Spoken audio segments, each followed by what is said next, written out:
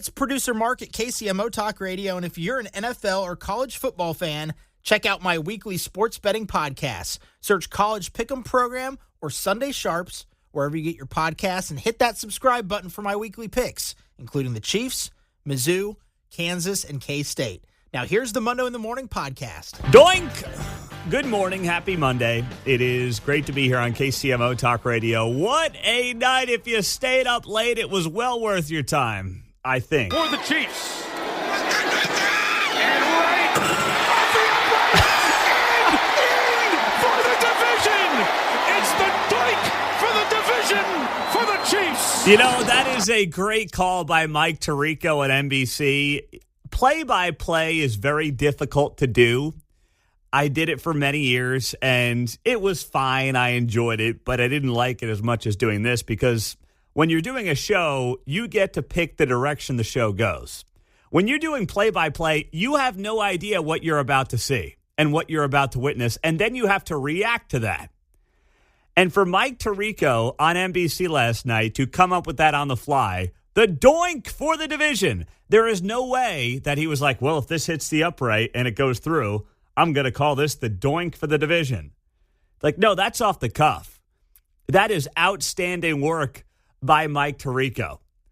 And as good as Tirico was last night, as the Chiefs, of course, end up beating the not San Diego, but Los Angeles Chargers to win their 9th straight division title. Final score last night came in at 19-17. Exact same score as the Raiders game on Black Friday. Chris Collinsworth didn't even know what the heck to say after the game. He was fumbling and mumbling and bumbling all over himself. To have it come down to the last play, no. We got to bang it off the upright, and nobody knows did it go across the crossbar or not, and it did, and the people, look at the, it was crazy. So say something, Chris. Makes sense. Chris, you Listen to the division winner.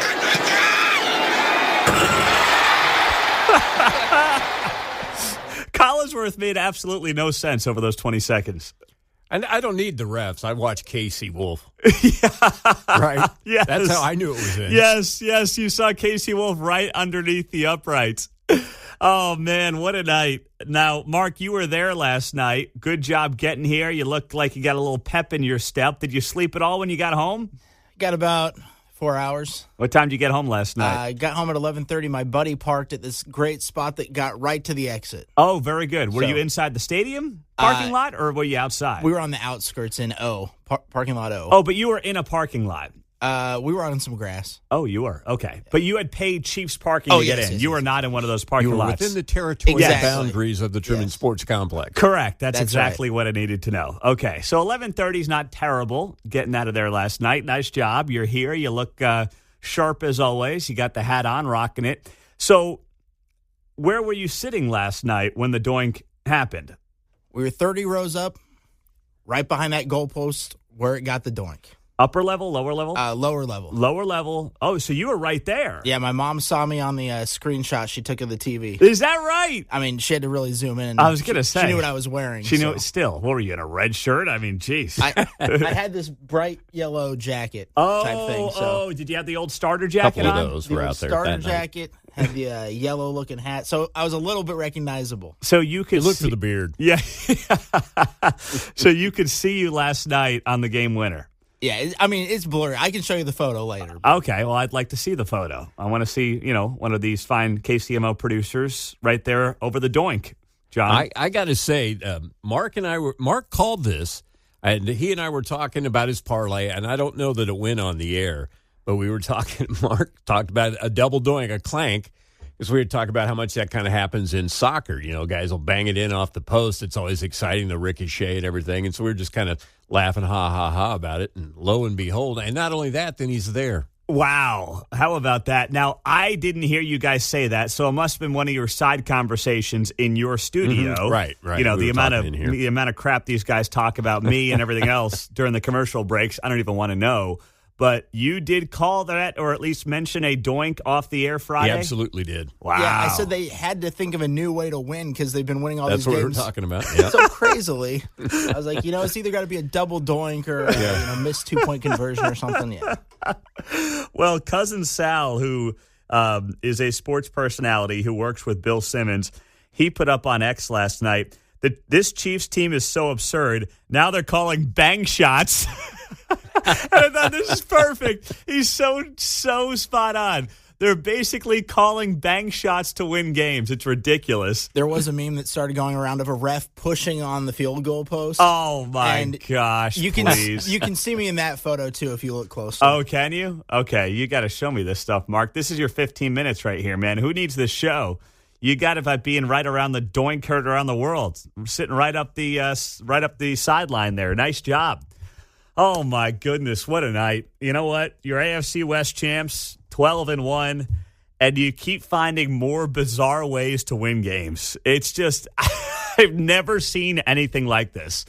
And something feels like when we get to the postseason, this team's either going to win the Super Bowl again, or they'll have a bye, they'll play a divisional round game, and they'll lose at home to, like, I don't know, the Texans or something like that. It's going to be one of those two things.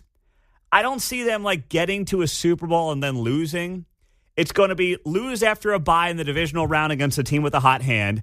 And then some people are going to be like, how did this happen? They were, 15-2. Yeah. It's like, well, have you watched the games all season? Or this is just going to continue where it's win by 2, win by 3, win by 4, because they do continue to find new ways to win. I don't know what's next when we get to next weekend in Cleveland. But I'm sure something will happen because that's how it's been all season long. What a ride. Absolute ride. In the meantime, speaking of the Chiefs and speaking of news in this town, well, we found out late on Friday that a 22-year-old Kansas City, Missouri man was sentenced for the illegal straw purchase of a firearm found at the scene of the shootings after the Chiefs Super Bowl rally. Ronnell Dwayne Williams Jr. was sentenced in U.S. District Court to 5 years of probation. Now, back in July, he pleaded guilty to 1 count of conspiracy to make false statements in the acquisition of a firearm. Now, to be clear, federal prosecutors noted that Williams was not among the shooters at Union Station back on Valentine's Day. But in February, you have, of course, the Jackson County prosecutors who charged an 18-year-old man, Dominic Miller, and 23-year-old Lindell Mays of Raytown with second-degree murder, 2 counts of armed criminal action, and unlawful use of a weapon. According to a news release from the Department of Justice, by pleading guilty, Williams admitted that he participated in the criminal conspiracy from November of 23 to February of 24. He made false statements to a licensed firearm dealer on November 25th, claiming he was the actual buyer of this weapon, which was intended to deceive the dealer into making the sale to Williams. He admitted he was not the true buyer of the firearm, but was purchasing the firearm on behalf of a co-conspirator who was not of lawful age to purchase the firearm himself. So this guy was sentenced to 5 years of probation. And he got hit with this from federal court. So this was not a James Peters Baker Jackson County deal.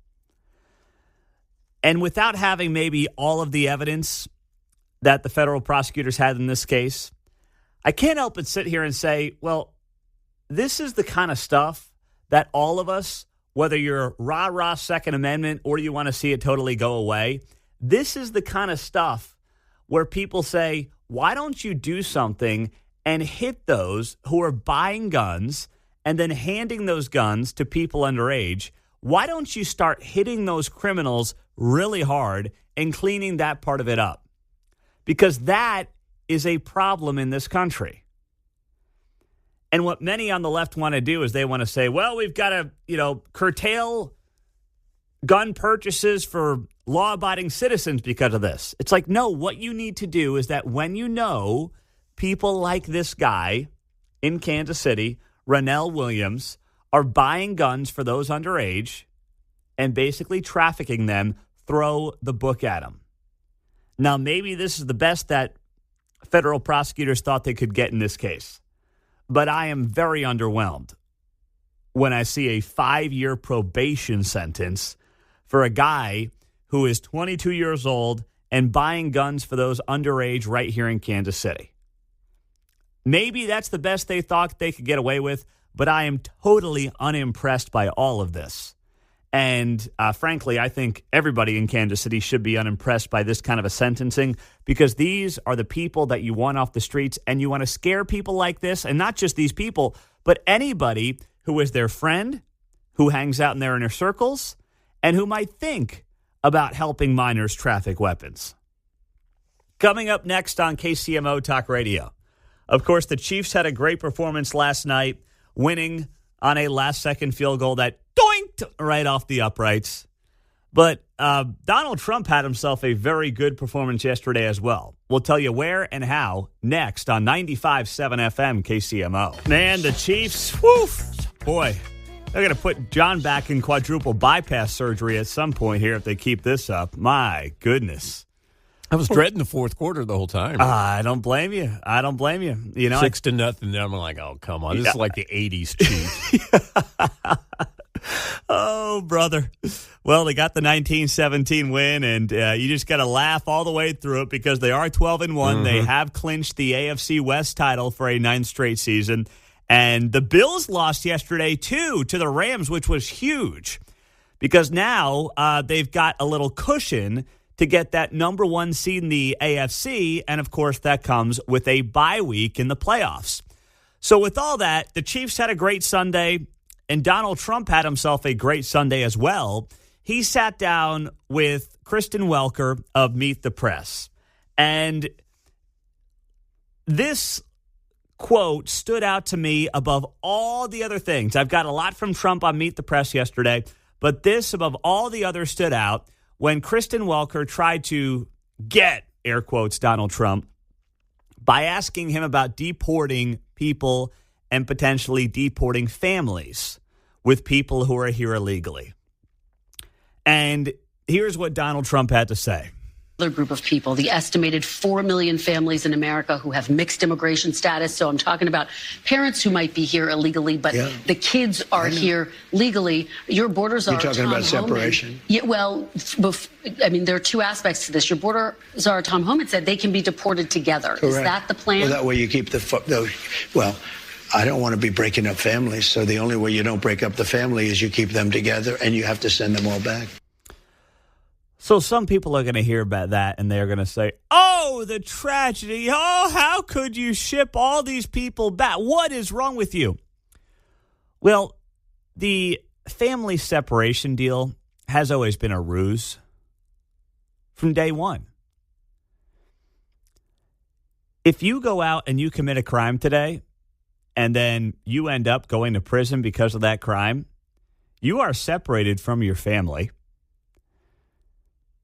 Mark, John, myself, if any of us do that, guess what happens to us? We are technically separated from our family. Family separation has always been one of these feel-good phrases that people who don't want to do anything about illegal immigration outside of promote it use to try to hoodwink those who aren't really paying attention to being like, well, I wouldn't want that.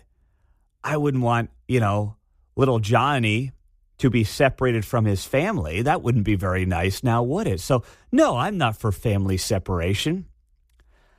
Well, remember what Donald Trump is planning to do when he gets in office. Yes, there will be mass deportations, which remain popular with the majority of the American people based on all the polling that's been done on that topic. That's number one.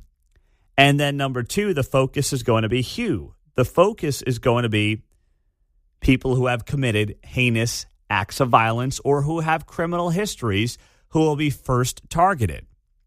That's where Donald Trump and Tom Homan, his borders are going to start the deportations. They're not going to be rallying people up left and right just for the sake of it. Maybe people who have been here for 20 years, like the lady that the Kansas City Star wrote about last week. She's been ripping out chicken carcasses for 20 years. Right here in Kansas City, and she lost her job because she was so stressed out after Donald Trump won the election because she thought she was going to get deported or something. Now, I don't know if that person actually exists. The Kansas City Star might have made that person up. That's entirely possible. Wouldn't be the first thing they made up, but, neither here nor there.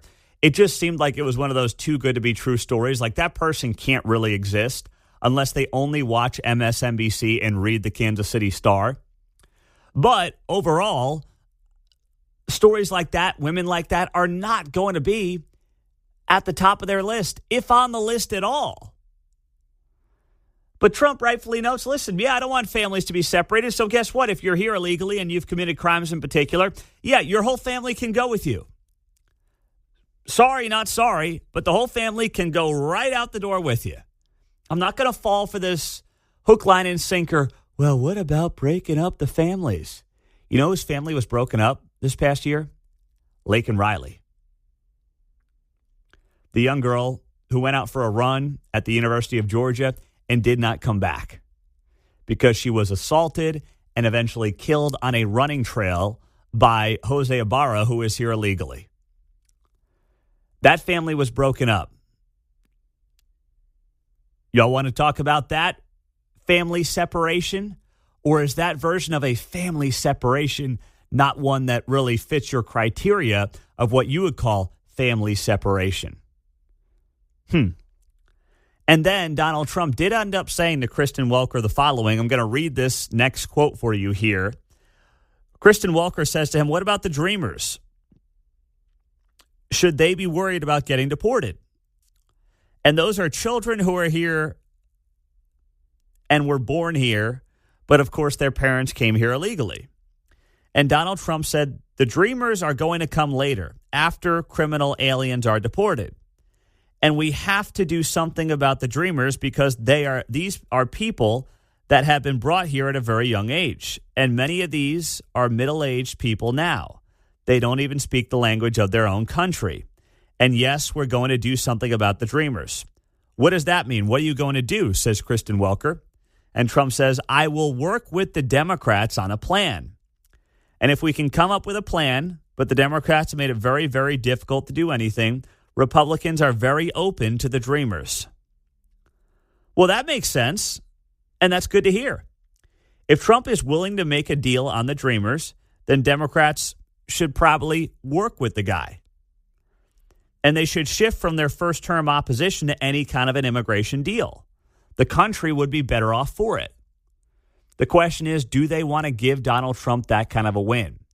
Because if they give Donald Trump a win on the Dreamers, one of their other big narratives, one of their other big talking points of Trump hates immigrants and, oh my gosh, Trump's going to deport everybody.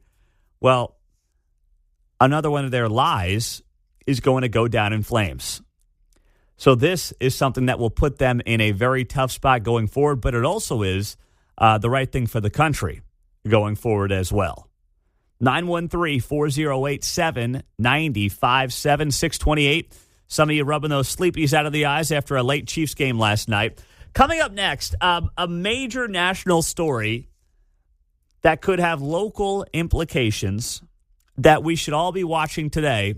I'll explain why it matters coming up. So this case has gotten national attention, and I do think it's worth watching here in Kansas City because the individuals who will suffer the most are women around the entire nation.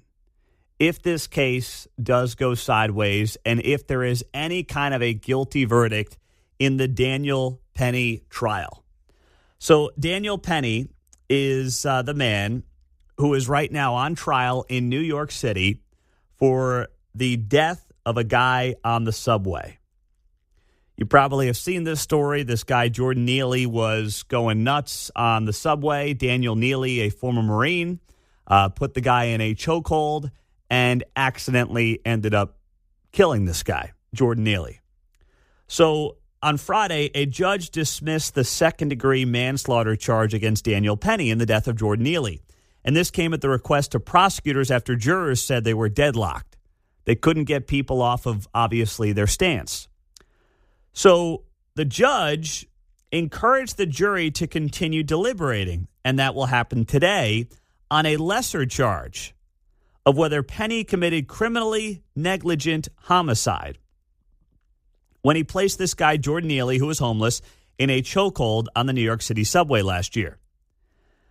The dismissed second-degree manslaughter charge carried a maximum 15-year prison sentence. The lesser charge of criminally negligent homicide has a 4-year maximum sentence. Neither crime has a minimum sentence. So this man should not be guilty on anything.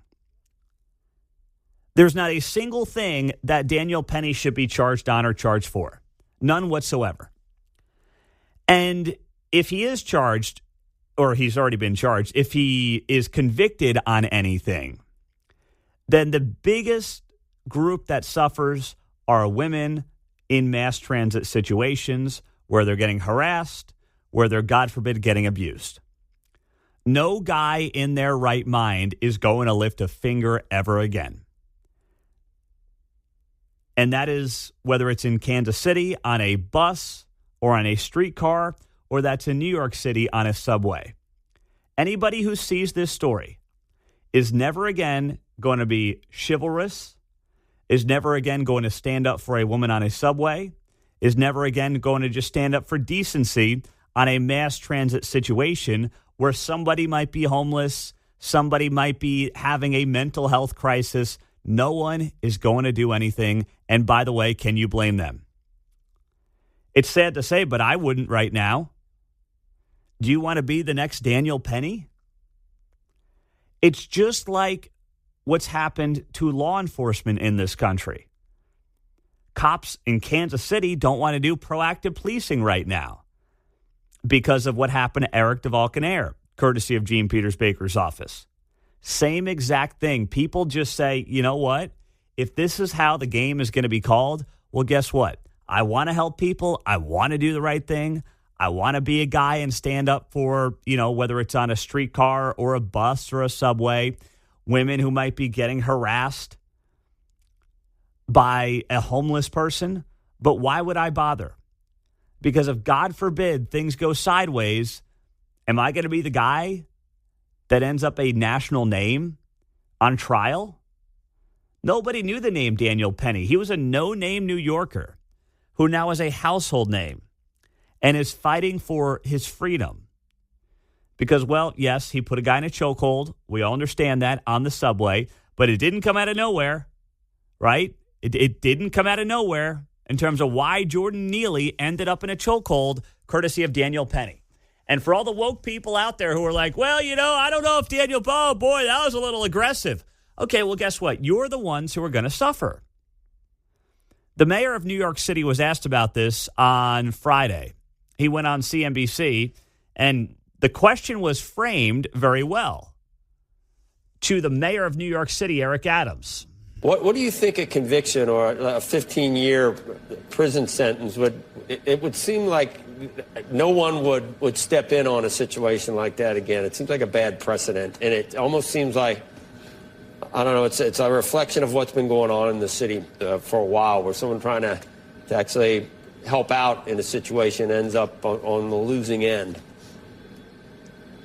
Well, I think we've always asked New Yorkers, you see something, say something, do something. And New Yorkers have always had the spirit and energy to come to their fellow New Yorkers. And we have to be honest about the severe mental health crisis that we're facing. In no way I want to do anything that's going to make the jury decision harmful in any way. He was going to be judged by a jury of his peers. They're deliberating. Let's let them do that job. But I do know we have a broken system of dealing with severe mental health illness in not only our subway system, but on our streets. I have been advocating to give us more power for involuntary removal for those who can't take care of themselves. You got to love that line from the mayor of New York City, Eric Adams. Yeah, if you see something, say something. And then what, do something and get arrested? That sounds like no way to live. And we've had issues here in Kansas City on the buses since they made that absurd decision to make the buses free. They got to have free bus fare now. Why? Because the joke of a streetcar is free, and you can't have tourists and people of means getting free transit while poor people riding the bus don't. So now the buses are free. And what has that resulted in? That has resulted in a lot of situations on the Kansas City buses where you've got drivers who now do not feel comfortable doing their job. You have people who ride the buses in this town who do not feel comfortable riding the buses. You have situations on Kansas City buses every day that do not get reported. I hear from people on social media all the time. I have asked a lady to send me her police report. She claims a homeless guy punched her in the face on the bus. She sent me a message on Facebook a couple of weeks back, and I said, I can't go deep into the story without getting a police report and all the information on this. I can't just take your word for it on social media. But the point is that is just one example of all the stories that do not get reported here in Kansas City, courtesy of our free bus fare. And if Daniel Penny ends up spending a minute in jail after what happened on that New York City subway, then I'll tell you what, men who know the story are going to sit there, whether it's on a Kansas City bus or in a New York City subway, with their head down, their AirPods in, and staring at their smartphones and completely ignoring the world around them. That's how this will play out. And that is just a sad state for society. Not that we want more vigilante justice, but you know what? It is nice when people actually fear like decent men in situations like on a bus, on a subway. And if the homeless and the mentally ill think that they run the show, then you truly do have the inmates running the asylum. And that's what we're trending towards here in a lot of these major American cities. Kevin's in Overland Park. Hey, Kevin, you're on KCMO. Good morning. Hey, Pete. Hey, I agree that Daniel should not spend 1 minute in jail for what he did. He was merely, coming to the aid and rescue of others on that train that felt, their lives were in danger and so on. And it goes back to the prosecutors. I mean, we saw it here in town with Baker, and we see it there with Bragg. And it's, what's behind it? Well, we know it's Soros, and it's not the cops not doing a good job. It's prosecutors and their twisted ideas that are being fed to them by Soros and others that they want to create chaos and so on in the cities. Yeah, no, you're right. I mean, that's sad to say, but the prosecutors who obviously take these cases and bring these charges, whether it's in New York City or it's here in Jackson County, are in large part to blame as well. You're spot on with that, Kevin. It's a very good point. So that is something that should not be overlooked either. Here in Jackson County, of course, we have a new prosecutor who is going to be starting next month, Melissa Johnson. I will be cautiously optimistic that things will go in the right direction. But speaking of Eric DeValconaire, the KCPD detective who, of course, is in prison right now and is awaiting a potential pardon from Governor Mike Parson, she was at the 5-year ceremony, for lack of a better word, with Cameron Lamb's family just last week. And that is one of the most controversial cases, of course, in recent Kansas City history.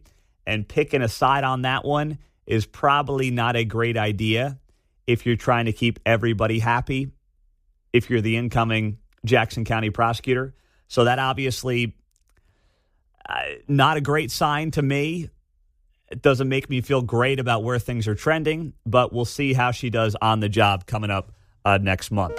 So on Friday, we got a jobs report that came down, and it showed the U.S. economy added 227,000 jobs in November. The unemployment rate rose to 4.2%. Unemployment going up is not necessarily a bad thing, okay? Because if unemployment is going up, especially when you're talking about numbers still relatively low, what that means then is that more people are looking for work.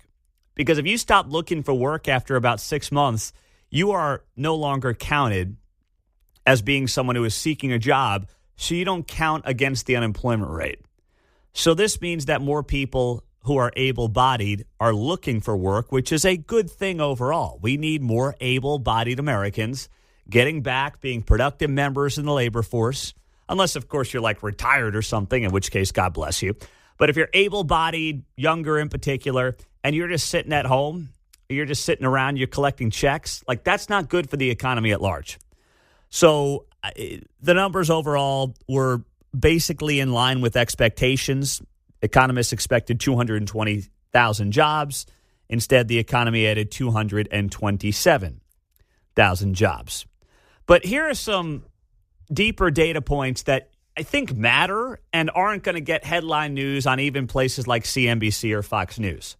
So the economy is still hemorrhaging full-time jobs, which fell 111,000 last month and are down over 1.3 million in the last year, while part-time jobs are up over 600,000. So does that sound to you like a strong labor market? Full-time jobs off 111,000 for the month and down well over 1.3 million in the last year, while part-time jobs are up. Now, I know there's a shift happening in the economy, and some people prefer having multiple part-time jobs over doing things like, full-time work. I get that that is a reality for some people, but it's not the reality for most people. And it doesn't scream super strong labor market when you have numbers like that. Also, consumer credit exploded in the month of October, the last full month that we have. Americans racked up even more credit card debt. Revolving credit jumped at an annualized rate of 14%, up to $16 billion, the most since June of 2022. And you also have a situation where credit card interest rates are coming in at record highs, jumping well over 20% over the last year and a half or so. You go back to 2016, 2017, that credit card interest rate on average was about 12%. It's now pushing 22%. I mean, these are treacherous times when you talk about an economy that, yes, is still perceiving strength when it comes to the labor market.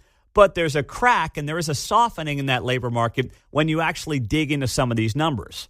And you see full-time jobs are down 1 million, part-time jobs are skyrocketing. And in the end, the American people don't feel like they can get ahead, right? They don't feel like they can just keep stable with where they want to be and pay their bills. You've got that as a major problem right now. I mean, a recent study by a major American bank showed that over a quarter of middle-income earners are living paycheck to paycheck, even those making over $150,000 a year. Now, that's just nuts. I mean, that's going to be in large part a keeping up with the Joneses mentality. But still, you have people who are making well into the six figures who find themselves living paycheck to paycheck.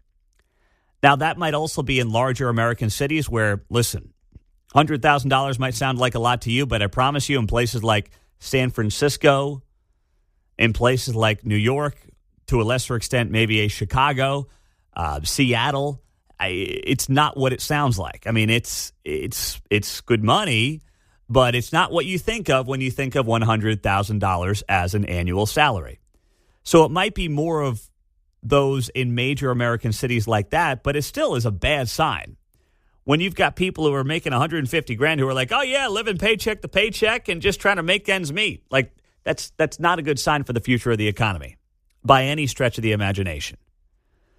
So what you have ultimately still, beyond just the headline numbers of 227,000 jobs created in November, beating expectations, you have employment data that's showing further gains in earnings, but cumulative price increases are still outpacing earnings growth over the last 4 years. And that is the big reason that Donald Trump is going back to the White House next month. It's amazing. I still see this on Facebook from people here in Kansas City and media people here in Kansas City who are insisting that the election a month plus later was really about sexism and racism. No, it's about this. And it's about you guys in large part trying to convince the American people that they're better off than they think they are. They're too stupid to realize how good they got it. And the American people didn't buy that. And starting on January 20th, you hope that Donald Trump and his team are going to get going on policy that is going to lessen the load and lessen the burden on everyday Americans. A large part of that is going to be done through energy policy right out of the gates. But it is going to take a little bit of time. But I firmly believe that when it comes to economic policy that will benefit Americans across the income brackets, not just the rich and helping the rich guy's going to get his tax break, which is what Joe and Kamala claimed over the last few months. No, the people who have been hurting are those who feel inflation the most, because inflation is a tax on poor people. It's not a tax on those in Prairie Village and Wokewood. It's a tax on poor people, the working class people. They're the ones who feel it, and they're the ones who put Donald Trump back into the White House. Chiefs had themselves a great day yesterday. It was a doink to win the game and clinch a 9th straight AFC West title over the Los Angeles Chargers last night as time expired. Mark was there right behind the goalpost. We've got the video up, Mark's angle and video up on the KCMO Talk Radio Facebook page. And then in the comments, you can see Mark circled on the image, right, on the video itself, right as the ball hits the uprights and goes through. Yes, there's a meme going around with a referee either hitting the ball in or pushing the goalpost one way or the other. Oh, gosh. So I circled myself in that meme. You got your starter jacket on, your yellow, red, white hat on, so you were looking good. You were right there, man. You couldn't have had a better angle than you had last night. Yeah, it was crazy. I saw it hit the netting, so that's how I knew it went through. Oh, okay, very good. And John was just watching for Casey Wolf's reaction down below. Yep. And I wasn't really sure. You guys were smart. Obviously, Mark was right there behind it. John's watching Casey Wolf, and I'm like, wait, did it go in? What just happened here? Kate's snoring next to me. She had a big night on Saturday, so I'm trying to figure out what the heck just happened. And then I'm like, all right, it went through. Woo! All right, very well done. So the Chiefs are 12-1. They're AFC West champs. And Donald Trump had himself a heck of a day yesterday, too, going on Meet the Press with Kristen Welker. And he totally flipped the script on her. I want to go through this where she asked Trump and insinuated that Trump is the reason for the division in America today. And it was next-level gaslighting from Kristen Welker on Meet the Press. Now, Trump knew what he was walking into there. Credit to him for doing the interview, but I didn't think he was going to flip this thing on her as effectively as he did. We'll go through it together. Here it was yesterday. Sir, I don't have to tell you this because you've talked about it. It comes at a time when the country is deeply divided. And now you're going to be leading this country for the next 4 years. For the sake of unifying this country, will you concede the 2020 election and turn the page on that chapter? No. No, why would I do that? But let me just tell you, when you say the country is deeply divided, I'm not the president. Joe Biden's the president. But you're going to be the president. No. I'm not the president. Okay. But you're going to be the president, and don't you owe something to people to be a unifier and to heal, and the division is, well, you can do a lot. Well, okay, pump the brakes. You guys told us for the last 4 years that Pops was the great unifier. He was going to bring people together. We were turning the page from Donald Trump, and Joe was going to be old Scranton Joe. Everybody was going to love him. He was going to do a great job, and we were going to go back to being fellow Americans who just love each other all day, every day.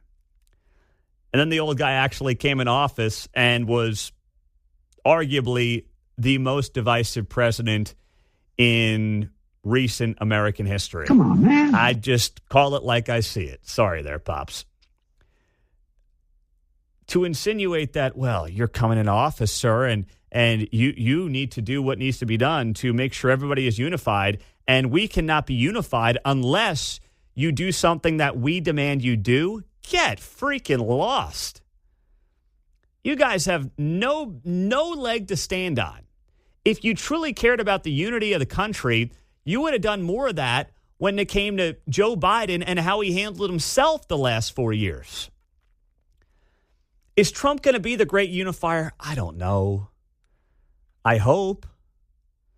I think his policies can certainly be unifying if they uplift and improve the lot in life for all Americans. Is Trump inherently the great unifier? Probably not. But can he agree with Democrats and get more done with Democrats on things than Joe Biden did with Republicans? Absolutely. Do I think Trump can work on a more bipartisan basis with Democrats than Joe Biden ever wanted to do with Republicans? No doubt about it. I do believe that. Whether or not it happens remains to be seen. But this whole line of questioning by Kristen Welker is a joke. So when you say it's deeply divided, I agree. But Biden's the president. I'm not. And he has been a divider. And you know where he divided it more than anything else, and it probably backfired on him, I think definitely, is weaponization. When he weaponized the Justice Department and he went after his political opponent, me, he went after his political opponent violently because he knew he couldn't beat him. And I think it really was a bad thing. And it really divided our country. Sir, Democrats have control of the White House now. They didn't in 2020. If they are going around stealing elections, why when you didn't say they do it Democrats this have time? control now Of the White House. Yeah. So why didn't they steal this election? Since they have more power now. Because I think it was too big to rig. So you won't. Too big to rig. To the people who say that you're now directing your Justice Department to investigate 2020, and they want to move on. Very capable. I think Pam is going to be great. Precious resources. By the way, is that what you want them to do? Just so you know, I have the right to do that, but I'm not interested in that. Oh, you're not. You're not going to do that. I'm not interested. Okay. I have the absolute right. I'm the chief law enforcement officer. You do know that. I'm the president. But I'm not interested in that. You know what I'm interested in? Drilling and getting prices down and stopping people from pouring into our border that come from prisons and mental institutions. Thank you. That's what I'm interested in. The media's obsession with 2020 is more than Donald Trump's is at this point. He got the ultimate retribution. He won last month. Now, when it comes to 2020, two things can be true at once, right? The media, and in this case, Kristen Welker on Meet the Press, is weirdly obsessed with something that not even Donald Trump is talking about right now, and it's all because they want to make him look bad. That's it. That's literally the only reason they're going down this road. Did Trump lose in 2020? Yes. Is there an enormous amount of sketchiness around the mail-in ballot process that was used in 2020 in the name of COVID? Absolutely. But it doesn't really matter. None of that matters anymore. None of it. And as Trump said, you guys are focused on this more than me. I'm sitting here saying I'm going to drill, baby, drill and stop criminal people from pulling across our southern border. That's what I'm looking at right now. That's what I'm focused on. But only on Meet the Press, which shows me they've learned nothing from what happened on November 5th, are they having this weird infatuation with the presidential election, not the most recent one. They don't want to talk about that, right? They're not interested in learning from that. They want to talk about the previous presidential election. It's remarkable, but it also is very much predictable. 913-408-7957. On a Monday, let's go to Kansas City. Jonathan, you're on KCMO. What's happening? You know, Trump gave a pretty good series of answers. I don't know, though. I think he left a huge piece of meat on the table. He could have said, denying elections, huh? Are you guys going to accept the 2016 elections? Better yet, are you going to accept the 2000 election almost a quarter of a century ago, where people still say, it was stolen, Are you going to ask Jamie Raskin about that because he disputed the 2004 election? Are you going to ask Stacey Abrams to concede the Georgia 2018 election? And you want to talk division? If it wasn't for Obama, I'd probably been elected president and then gotten defeated and come back again Grover Cleveland style. So let's talk about division. Yeah. I think that certainly would have been a way to go there, Jonathan. But I think overall, on the spot, he handled it in a way that Donald Trump is going to handle it. But the most important point was the end. You guys are focused on this. What I'm focused on is the economy and the border. And I believe that's an important thing for Donald Trump to remember as he gets set to take office next month. That's why he won. It doesn't mean he can't have good people in the DOJ, good people running the FBI and elsewhere who might do some digging into some of the, whatever you want to call it, deep state bureaucracies and the filth that needs to be cleaned out of them. But he can't micromanage that stuff. He's got to put good, competent people in charge, let them get to work. And from his perspective, do the things via executive order, which mostly means undoing all the Biden stuff that needs to help unleash the economy, and then also, of course, shut down that border as soon as possible, and then work on long-term solutions for each of those things. 913-408-7957. That's 913-408-7957. It's 8:44. We've got an hour and 15 minutes left. Of course, Kevin Keatsman Uncanceled starts week number 2 at 10 o'clock on KCMO Talk Radio. 8:50 on the fog is starting to burn off Monday morning on KCMO Talk Radio, 95.7 FM. Did you hear this? Kevin Keatsman and I talked about this on Friday to wrap up the show, and we were talking about how local media did nothing whatsoever on Friday morning with the report from the Missouri Independent that dropped on Thursday that alleged Mayor Lucas getting a $24,000 donation from the Heavies construction group here in Kansas City to his PAC that basically refunded about $24,000 that he spent to go to the Super Bowl back in February. Now, I don't want to say that it is not a big story, but it's not a surprising story. It's how politics, unfortunately, is largely conducted, where these PACs get set up and it's a little wink, wink, nod, nod between politicians and the donor class and big business. It's a sad reality with how things currently exist in our political climate, whether it's federally, on a state level, or on a city level. But it's still a story, and it still absolutely needs to be talked about. It's not just about whether or not it's, illegal, which there's nothing to suggest right now that it necessarily is. But it's still a big story. And it's actually a decent piece of investigative journalism done by this reporter, Allison Kite, at the Missouri Independent. And it didn't get a lick of attention Friday morning in local TV news, according to Kevin Keatsman. He was monitoring it on Friday morning more than we were here in the studios.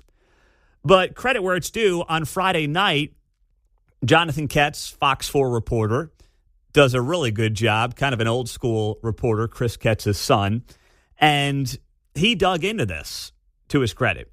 He talked to Mayor Lucas on Fox 4.